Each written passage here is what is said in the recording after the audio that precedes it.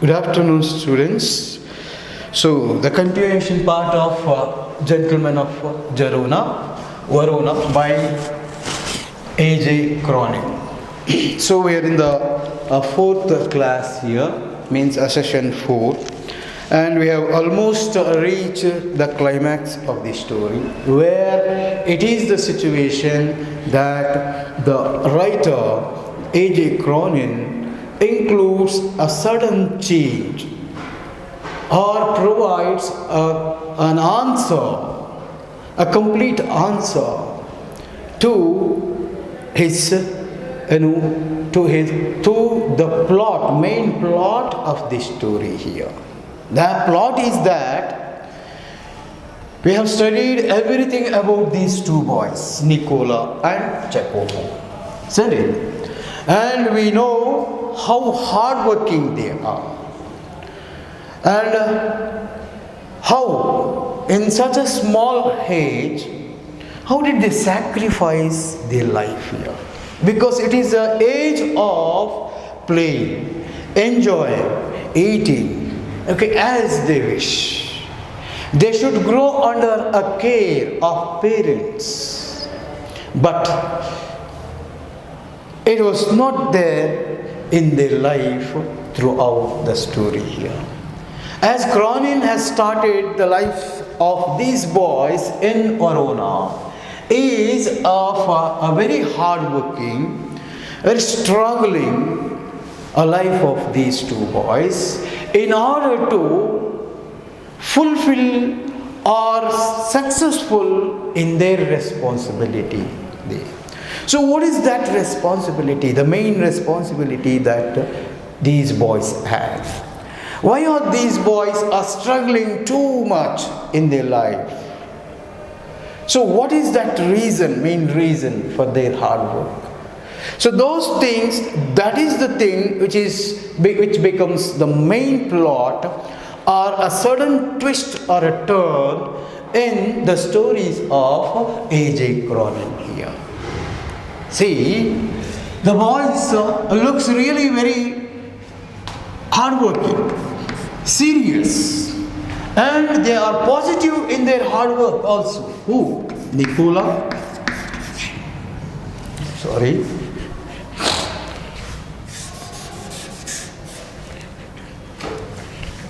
It is Nicola and Jacopo. See, he is of 13 years old, and he is 12-year-old boy.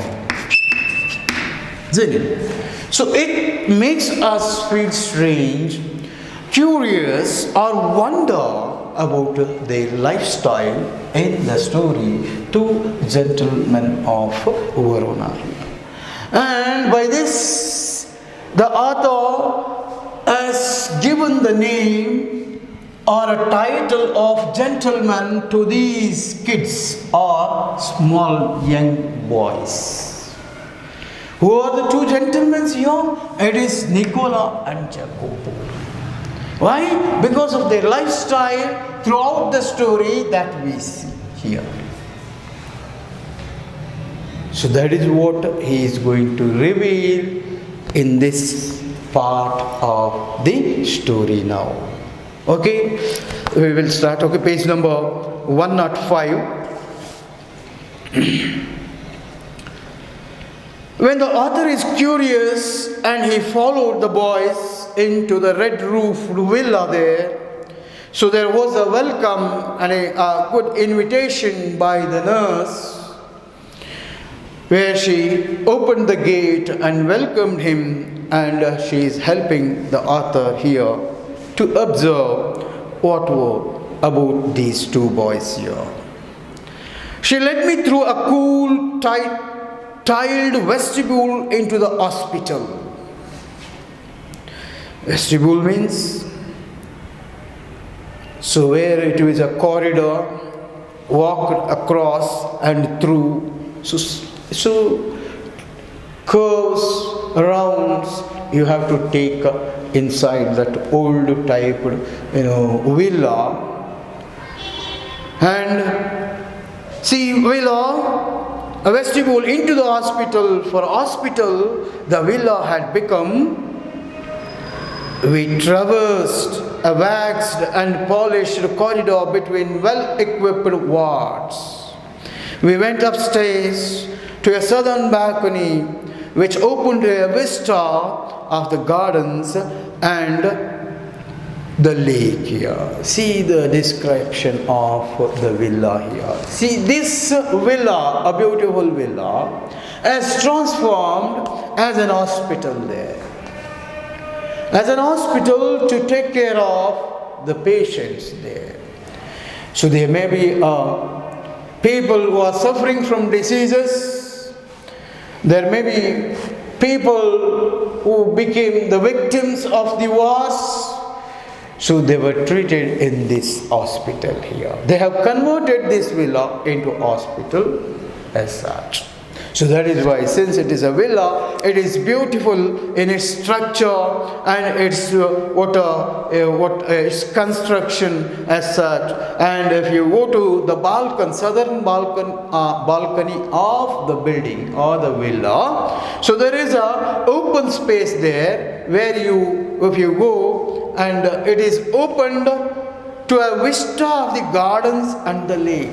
And you can see from that glass of window or a window, so the beauty, the beautiful scenery or the beautiful view, that is the vista. Vista means a beautiful view, a look of nature where you see the lake and different kinds of trees or forests, the mountains, everything. It was giving a beautiful, a wonderful, a grand, a scenery of the nature. And is moving towards the room where these boys were spending time or gone.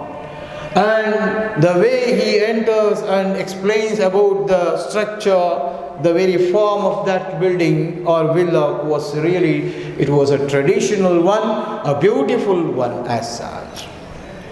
So now, see, on the threshold of a little cubicle, the nurse passed. So she was going upstairs and downs and wherever. The way was very interesting inside the villa there. And then there was a little cubicle, the nurse passed, put her fingers to her lips. And it is, they are approaching the place where these boys are. So she signed to the author that she just kept her finger on lips there, so that they should not be disturbed by anybody or anything. So nurse also have a very soft corner, a good understanding of these boys here, because they are going to visit the hospital after 7 days, once in a week. So she wanted them to spend their time with happiness, and she don't want to disturb them. So she allows, in order to allow them to converse, to make their conversation beautiful, successful, happy, she wants, or she gives a signal of not to talk as such to the author here. Then, and with a smile, bade me look through the glass partition. So there was a glass partition, and she showed that, position there. The two boys were seated at the bedside of a girl of about 20 who propped up on pillows. So the girl here was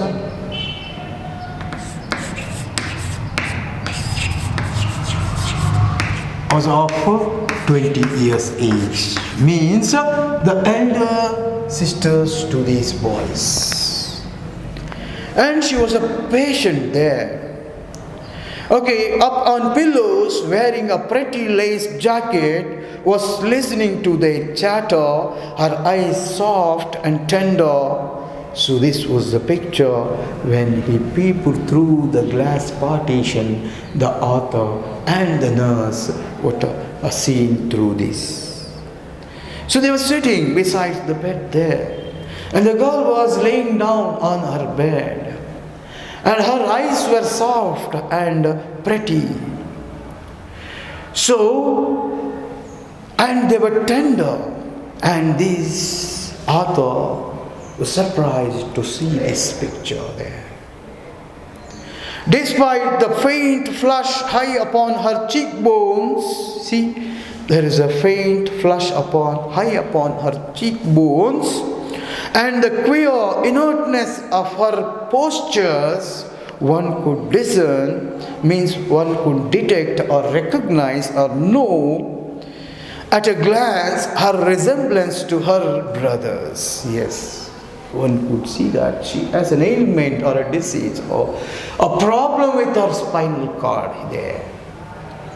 And see here, propped up on pillows means the pillows were given as or adjusted as supporters to her body there. Her, the back side of her elbows there. And it was that she needs support. So pillows were given in support. And so if you see the girl on bed, everybody can understand or discern that at a glance her resemblance to her brothers. So she is suffering from some disease or painful condition as such. A vase of wildflowers stood on her table. And there is a vase of wildflowers stood on her table beside a dish of fruit and several books. So these were the things that we find near the bed of the girl there. There were fruits, and there was a dish of fruit, and there were several books were lying besides this bed here. Then, "What are you going?" the nurse asked the author. The nurse murmured, "What are you going?" "Lucia will be pleased to see you." And the girl's name is Lucia. And the only elder, loving sister of Nicola and Jacopo. So the author, I shook my head and turned away. He never agrees with that invitation of the nurse, that whether he wanted to go in and talk to them where Lucia can feel pleased, happy to see him. I shook my head and turned away. I felt I could not bear to intrude upon this happy family party. Happy family party, he says, see.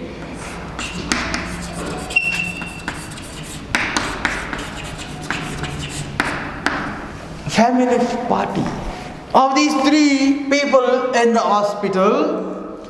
They were conversing, they were discussing, talking happily,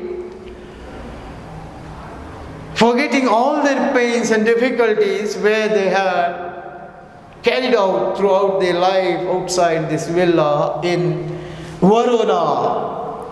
So the author never fails to disturb them.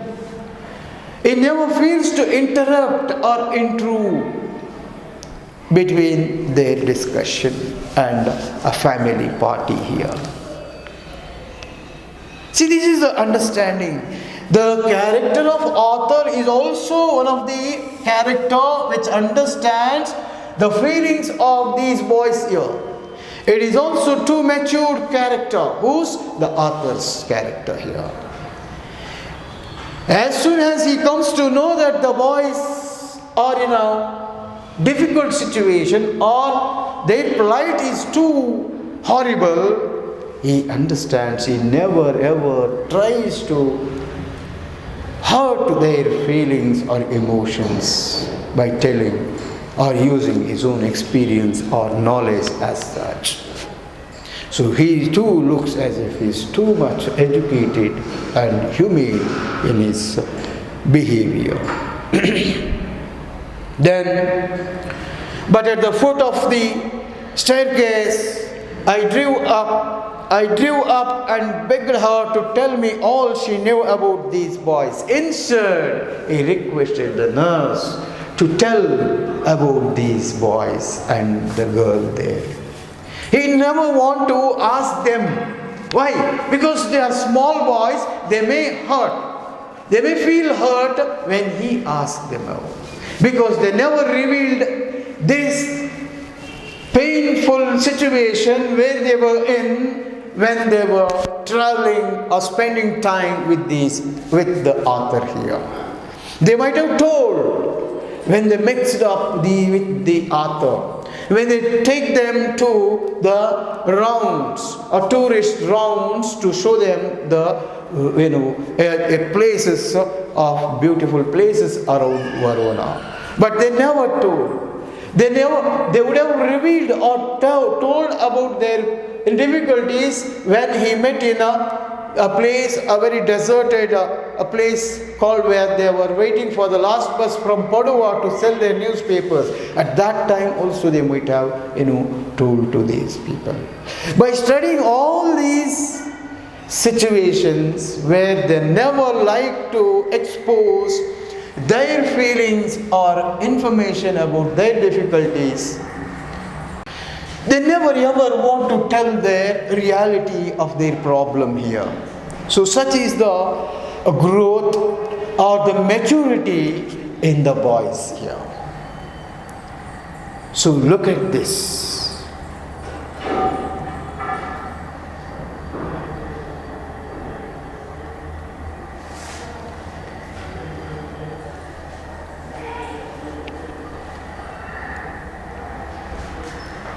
So, see, we become really emotional when we come to know this about these boys. And we never feel bored even if we read third time, fourth time, fifth time about these boys as such. But it is interesting to you people. It is the responsibility of you people to study clearly deeper into this act of these two boys where they lead a very hard-working life as such. So now when he requested the nurse to tell him about these boys, see, please tell me all she knew about these boys. She was eager to do so and she accepted it because the information about these boys should be shared. So such was the information. She explained quite alone in the world. The boys were quite alone in the world except for this sister Lucia. Yes. Means these three people are alone. They don't have anybody to take care about themselves, about them, on them. And if they want to lead their life or live, so they only have to work hard and live. There is no support, no encouragement, no supporter or encourager or a parent to take care about these people here. So that is why she says they are alone. But for Lucia, it's not that. Their father, a widower, means the mother has died before their father. Okay. And now these three are alone here. Widower, a well-known singer at La Scala, maybe a hotel or an inn where their father used to conduct or perform the programs, entertainment programs, and he is a well-known singer and used to perform his profession. Actor La Scala had been killed in the early part of the war, so he became the victim of the war. Imagine how bad luck, what was around these boys, two boys here. Shortly after, a bomb had destroyed their home and thrown the three children into the streets. Soon after the death of their father, when the house was bombarded, when he had been killed in the war, some bomb fell onto their hut or house, and the home was destroyed, and these 3 children were thrown out of the house into the streets there. And imagine the plight now. They had always known a comfortable and cultured life. Lucia had herself been training as a singer, and they had suffered horribly from near starvation and exposure to the cold Veronese winter. And imagine this. The winter in that particular situation was very high. Too much of winter. It is very cold. Verona is famous for the cold, especially in the winter. It will be very cold. It is the only city or one of the city in which it will be having highest degree of coldness in the world. And in such a coldness or a cold winter, they were thrown out of the house, and the house was destroyed by the bombardment, or the bomb fell on that, and they were in the street. There were no place to live. They became orphans, losing their father. And Lucia was under training as a singer, and they suffered horribly and near starvation, dear students. And they have to face or expose themselves to these cold Veronese winter is one of the difficult one. But they bear the pain of this winter and cold of the city. And they try to come out of the situation, and they have a strong, firm mind, a willpower, a courage, a strength to face the difficulties in their life. So you can imagine such a disaster, such a demise, such a tempest has played a very bad or a cruel role in their life. And the war, its violent role, the destructive role played in these boys' life as such. For months they had barely kept themselves alive in a sort of shelter they built with their own hands amidst the rubble. Since there was a bombardment and the warfare happened, so there they use more rubbers, tires and things where they can bring, and they brought them and just build their own hut-like thing to reside or to dwell or to live temporarily there. And they built the shelter with their own hands. And then the German elite guard established headquarters in Verona, and for 3 dreadful years ruled the city with ruthless severity. Yes, German elite guards. German elite guards. Okay, listen.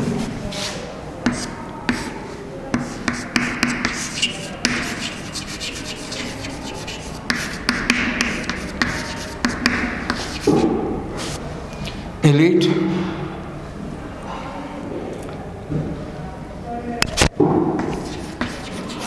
guard of a Nazi regiment established their headquarters in Verona.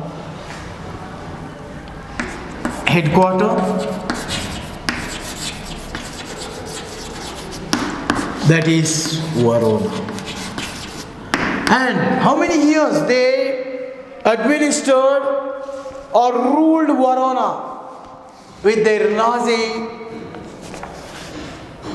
administrative or Nazi policies as such. for 3 dreadful years. Much? 3 dreadful years, and you can imagine how the torture of these Germans or Nazi government or policies, treaties might have the people of Verona suffered. They have suffered a lot. They have occupied Verona after the war, and they have taken all the rule or administration of Verona into their hands. They have captured Verona in the war. The Verona has surrendered to Germany in the war. And you can imagine the further difficult situations faced by the people of Verona as well as these boys here.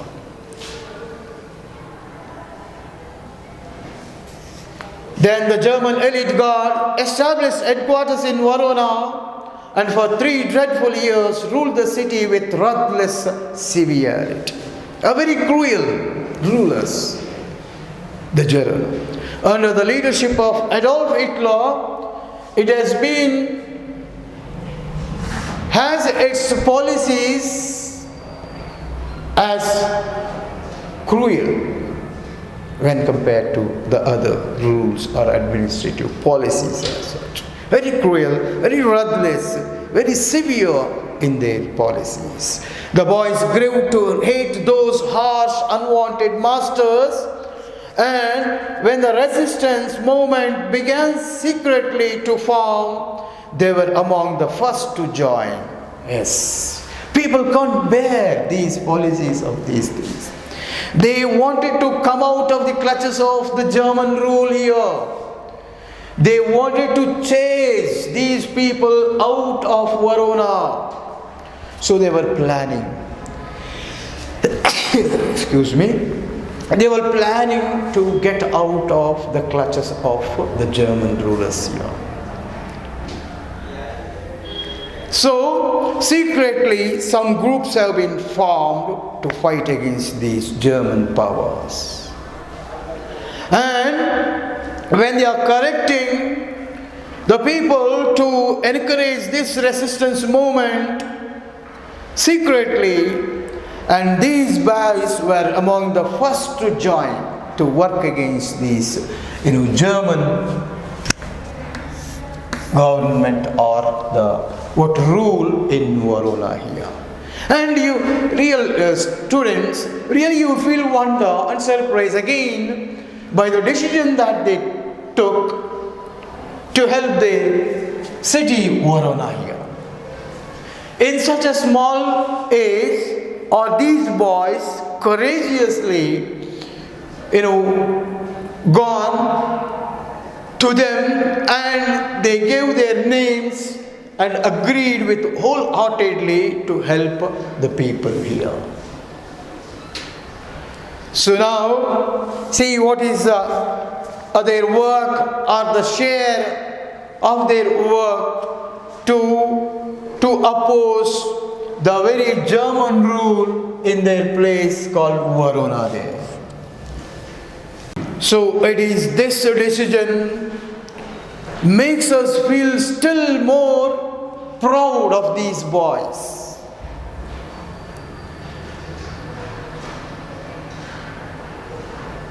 Then it was not a matter of playing war.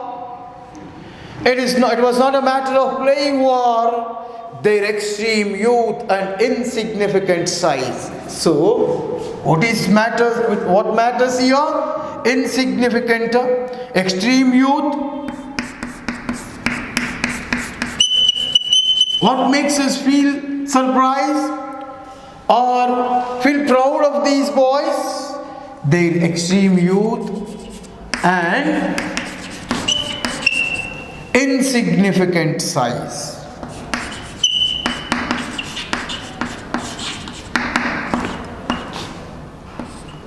Insignificant size.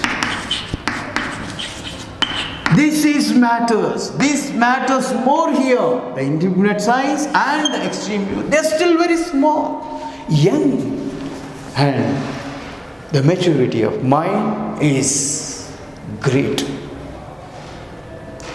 Their extreme youth and insignificant size added to an intimate knowledge of the neighboring hills, and it is advantageous for this situation because the Germans may not suspect these boys since they are small. They can easily escape from these German rule there because they are watching all the people of Verona in their rule. And that is one advantage these boys had in such a situation. And added to an intimate knowledge of the neighboring hills made them immensely valuable. And they also knew in and outs of Verona, the hills around the Verona, the mountains, forests were very much known to these boys. They know each and every corner of these mountains and hills and the forests. And it is going to be an added advantage for them to help the resistance movement groups. The groups who started resistance movement against Germans.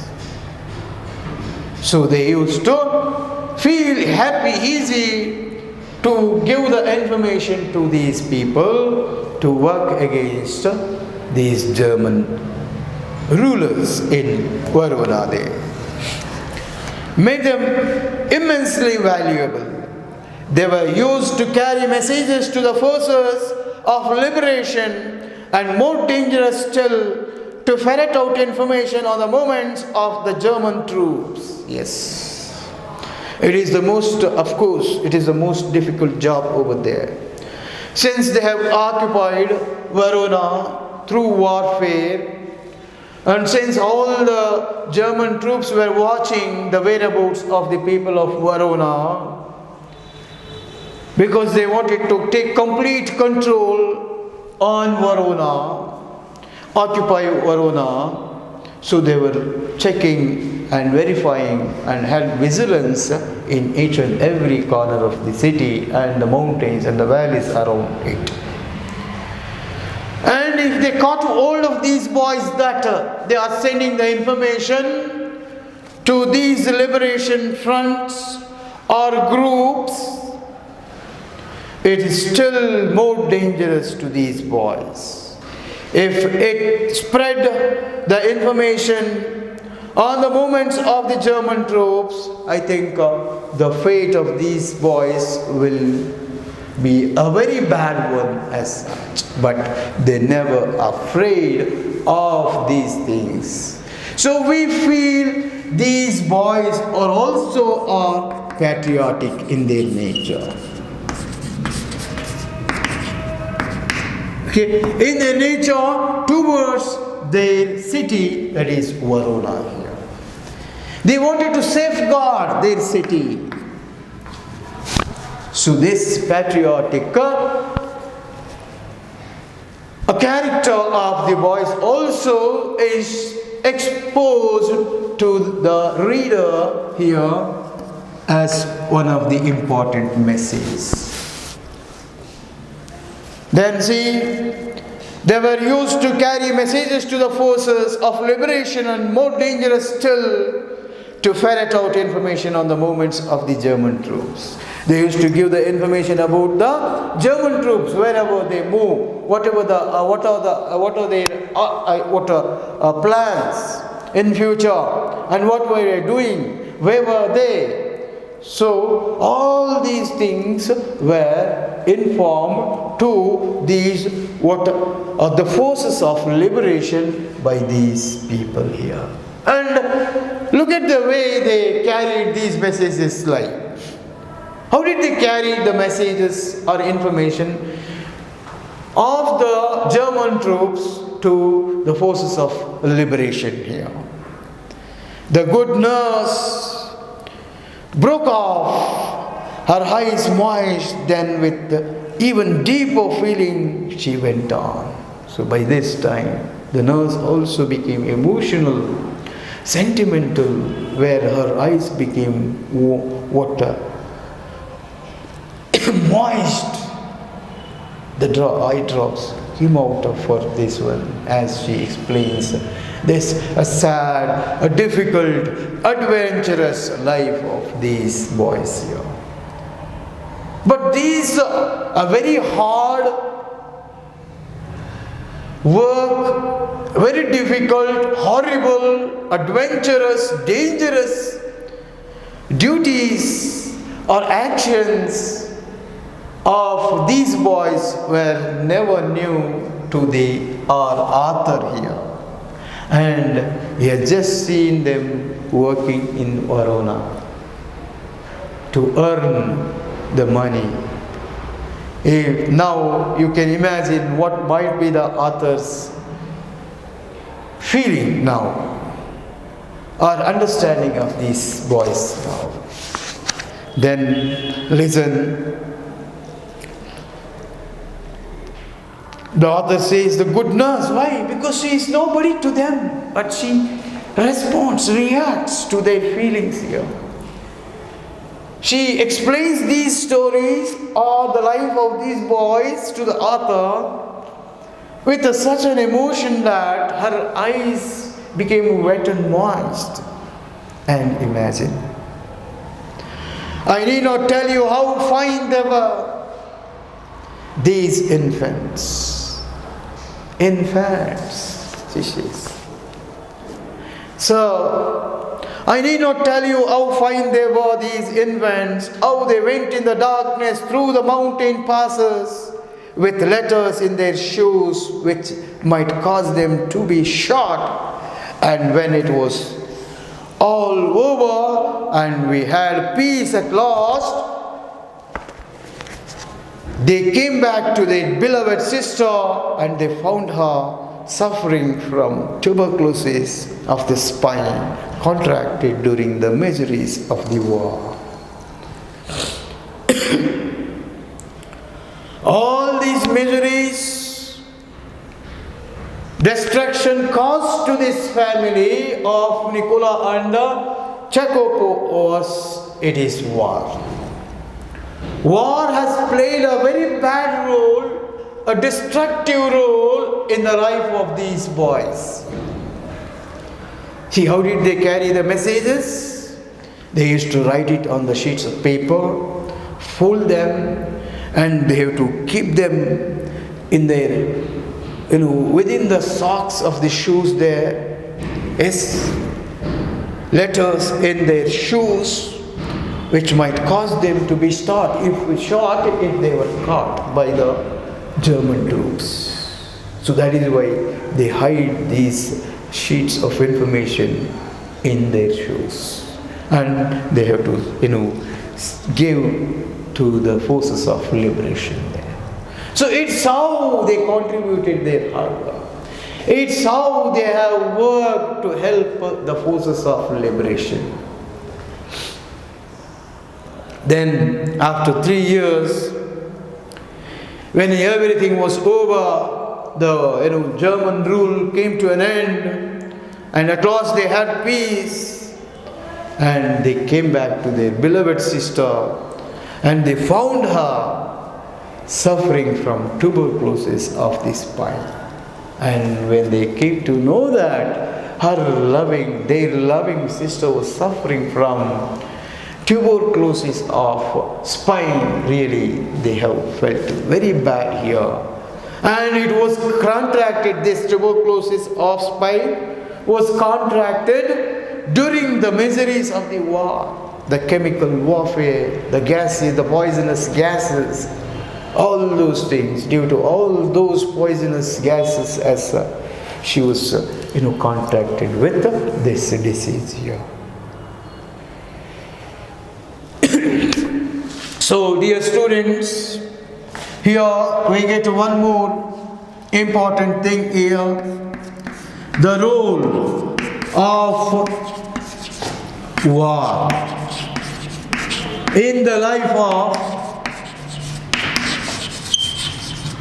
the boys are two gentlemen of these gentlemen of Verona.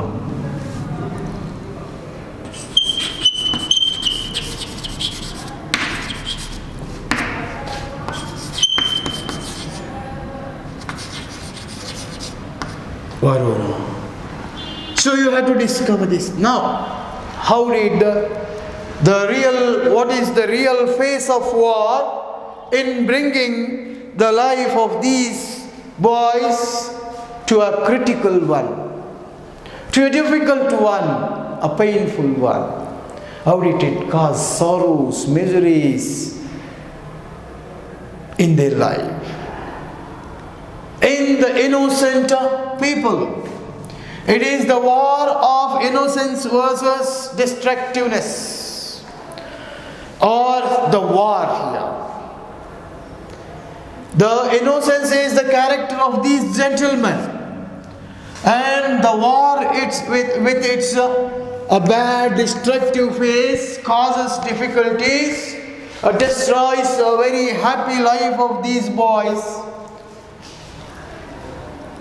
And they became orphans in the world, in their life, and they were no way in their life to have a happy life as such.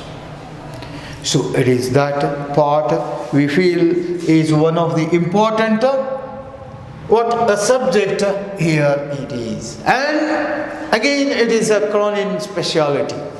Why? Because till this we never knew about the Nazi regiment, about the Germans, and about the war that played a very bad role in the life of these two boys, isn't it?